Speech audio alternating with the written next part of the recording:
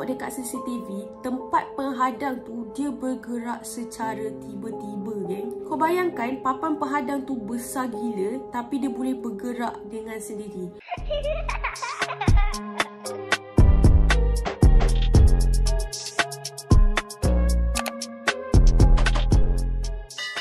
Hi guys, Assalamualaikum, welcome back to my YouTube channel. Hi guys. Okay guys, so sebelum korang tengok video ni, korang jangan lupa like dulu video aku dan juga jangan lupa subscribe. Dan jangan lupa tekan butang notification ataupun bell supaya korang tak terlepas video-video aku pada masa akan datang. Okay? Okay guys, so hari ni kita nak cerita pasal masjid-masjid yang terseram dekat Malaysia. Korang pernah dengar tak pasal masjid-masjid yang seram-seram dekat dalam Malaysia ni? So hari ni kita akan ceritakan beberapa masjid yang terseram dan kejadian-kejadian yang aneh yang pernah berlaku dekat dalam masjid tersebut. So sebelum kita start, aku nak tanya, korang pernah pergi masjid tak? Tipulah kalau korang tak pernah pergi kan. So kalau laki-laki, diorang akan selalu pergi masjid untuk berjemaah dan kaum wanita digalakkan solat dekat rumah sendiri. So kita jaranglah pergi masjid. Kalau macam laki, diorang selalu pergi sembahyang Jumaat. Okay geng, so korang pernah dengar tak pengalaman seram orang yang kena kacau dekat dalam masjid?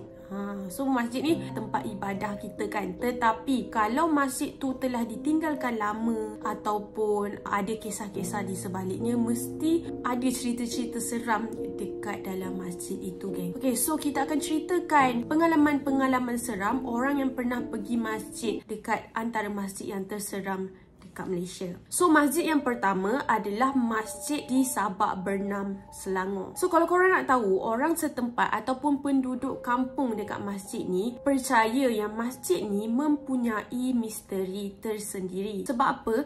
Diorang kata bukan setakat masjid ini dikunjungi penduduk setempat ataupun orang kampung, masjid ini juga dikunjungi oleh makhluk lain. So kalau aku cakap makhluk lain tu, korang faham sendirilah. Makhluk lain, makhluk gaib, macam tu, lebih kurang macam tu lah diorang fikir. So nak dijadikan ceritanya, orang kampung panggil masjid ni adalah masjid jin.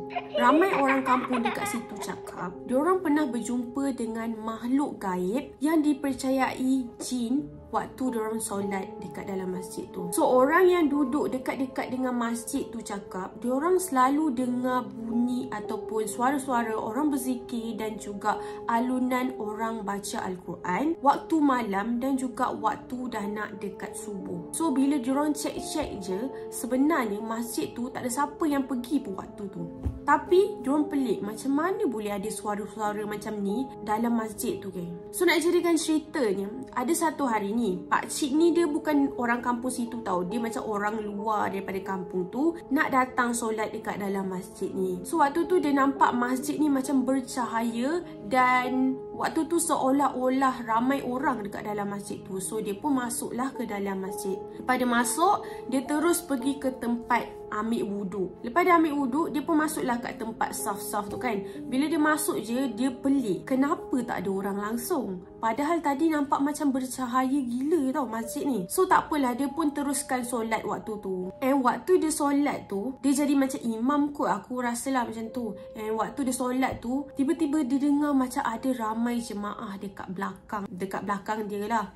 Macam lepas baca Al-Fatihah tu kan, yang macam ada baca amin macam tu kan. Lepas tu dia dengar macam ramai gila jemaah lah dekat belakang dia. So dia tak adalah rasa macam kesunyian sebab masjid tu macam sesuatu lah bagi dia waktu tu. And then waktu dia masuk tahiyat akhir and dia nak bagi salam, dia pusing-pusing je. Rupa-rupanya dia sorang-sorang je solat daripada awal sampai akhir. So mana datangnya suara-suara yang menyahut dia waktu tu? Dan pakcik tu pun husnuzon je lah sebab dia sebenarnya dah biasa dah encounter benda-benda seram macam ni. So cerita kedua pasal masjid ni pula. Waktu tu masjid tu tengah baik pulih tau, macam buat renovation macam tu lah. And then ada seorang pekerja kontraktor yang buat kerja-kerja renovation tu, dia cakap dia telah dialihkan waktu dia tidur. Waktu dia tidur tu, dia di hadapan mimbar tau. Korang tahu mimbar kan? So kontraktor tu cakap dia penat sangat tau, sampailah dia tertidur dekat hadapan mimbar. Tidur tu dia ingat tau, dia memang dekat area situ. Tiba-tiba korang tahu tak, lepas dia bangun je tidur, dia sedar-sedar sedar je dia dekat bawah tangga masjid. So dia cakap memang dia dialihkan. Tak tahu siapa yang alihkan, tapi memang dia dialihkan, diangkat ke tempat yang lain, geng. Seram gila tu, sumpah. Lepas tu orang-orang kampung cakap itu bukannya pengalaman pertama yang diorang dengar, sebab ramai sangat yang selalu bercerita lah pasal diorang dialihkan ketika tidur dekat dalam masjid tu, geng. So seram gila lah masjid yang pertama ni kan. Okay geng, so kita pergi ke masjid yang kedua. So masjid yang kedua ini adalah masjid di daerah Serkam dekat Melaka. So geng, pada tahun 2016 ada satu insiden pelik yang sangat-sangat misteri yang terjadi dekat dalam masjid yang aku cakap tadi. Kalau korang tahu kan, ada satu macam papan penghadang kalau orang masjid selalu pakai untuk menghalang saf perempuan dan juga saf lelaki. Papan penghadang yang besar gila tu dan sangat-sangat berat tu. Ada satu hari ni, orang-orang masjid diorang letak papan penghadang tu dekat luar tau, dekat luar pintu entrance tu. And then nak dijadikan ceritanya, masjid tu ada CCTV. So korang nak tahu tak, benda tu yang diorang tengok dekat CCTV, tempat penghadang tu dia bergerak secara tiba-tiba, geng. Kau bayangkan papan penghadang tu besar gila tapi dia boleh bergerak dengan sendiri. Kau tahu tak berat papan penghadang tu berat berapa? Dianggarkan berat papan penghadang tu sekitar 20 kilogram ni. So memang berat gila-gila lah. Pihak masjid, orang-orang masjid kat situ menolak faktor kemungkinan tempat penghadang tu bergerak dengan tiupan angin. So pihak masjid siap jemput kod-kod ada yang boleh kaji kenapa benda yang berat macam tu boleh bergerak dengan sendiri. Sebab apa? Sebab orang-orang masjid dekat situ memang sangat-sangat tertanya-tanya macam mana benda tu boleh bergerak dengan sendiri. Ada waktu malam pula tu kan. Datanglah satu pengamal perubatan yang cakap dia dah tangkap dah entiti yang menolak penghadang tu, iaitu jin. Dan sebenarnya jin itulah yang menolak papan penghadang tu, geng. So pengamal tu cakap dia sempat ada perbualan dengan ketua jin dekat situ. Ketua jin yang ditangkap dekat situ, dan ketua jin tu sendiri mengaku dia dan geng-geng dia yang menggerakkan papan penghadang tersebut. Tujuan dia adalah untuk menakut-nakutkan orang masjid itu, geng.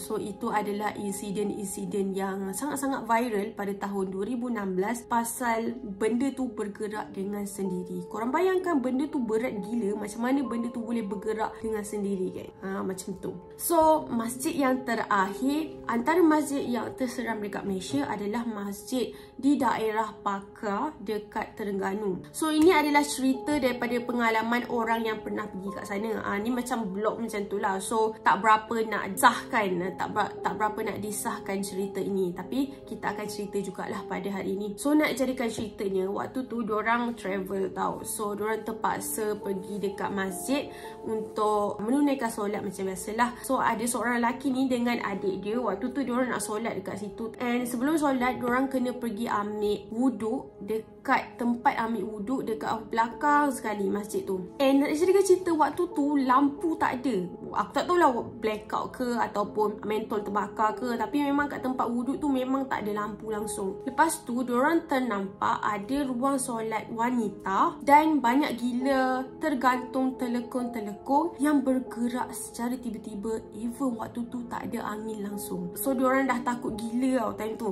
And then tiba-tiba dia perasan ada macam entiti yang tengah perhatikan dia dan juga adik dia. So diorang merasakan yang ada benda yang tak suka diorang singgah dekat tempat tu ataupun dekat masjid tu tau. So diorang ambil wuduk cepat-cepat and diorang pergi solat macam biasalah. Dan waktu diorang solat tu, tiba-tiba dia rasa macam ada orang tap dekat bahu dia. Tap macam seolah-olah macam nak solat sekali kot. Yang korang tahu kan, macam nak sambung solat, lepas tu nak solat jemaah sekali. Lepas tu bila dah habis solat, dia pusing je, tak ada orang langsung tau dekat belakang dia. Memang tak ada orang langsung. So diorang pun memang rasa sangat-sangat takut lah waktu tu. So diorang pun cepat-cepat kemaskan barang, and then diorang nak pergi dekat kereta. Dan waktu tu ada mak dia macam tu lah. Masa diorang nak pergi kat kereta tu, diorang kena ambil selipar kan.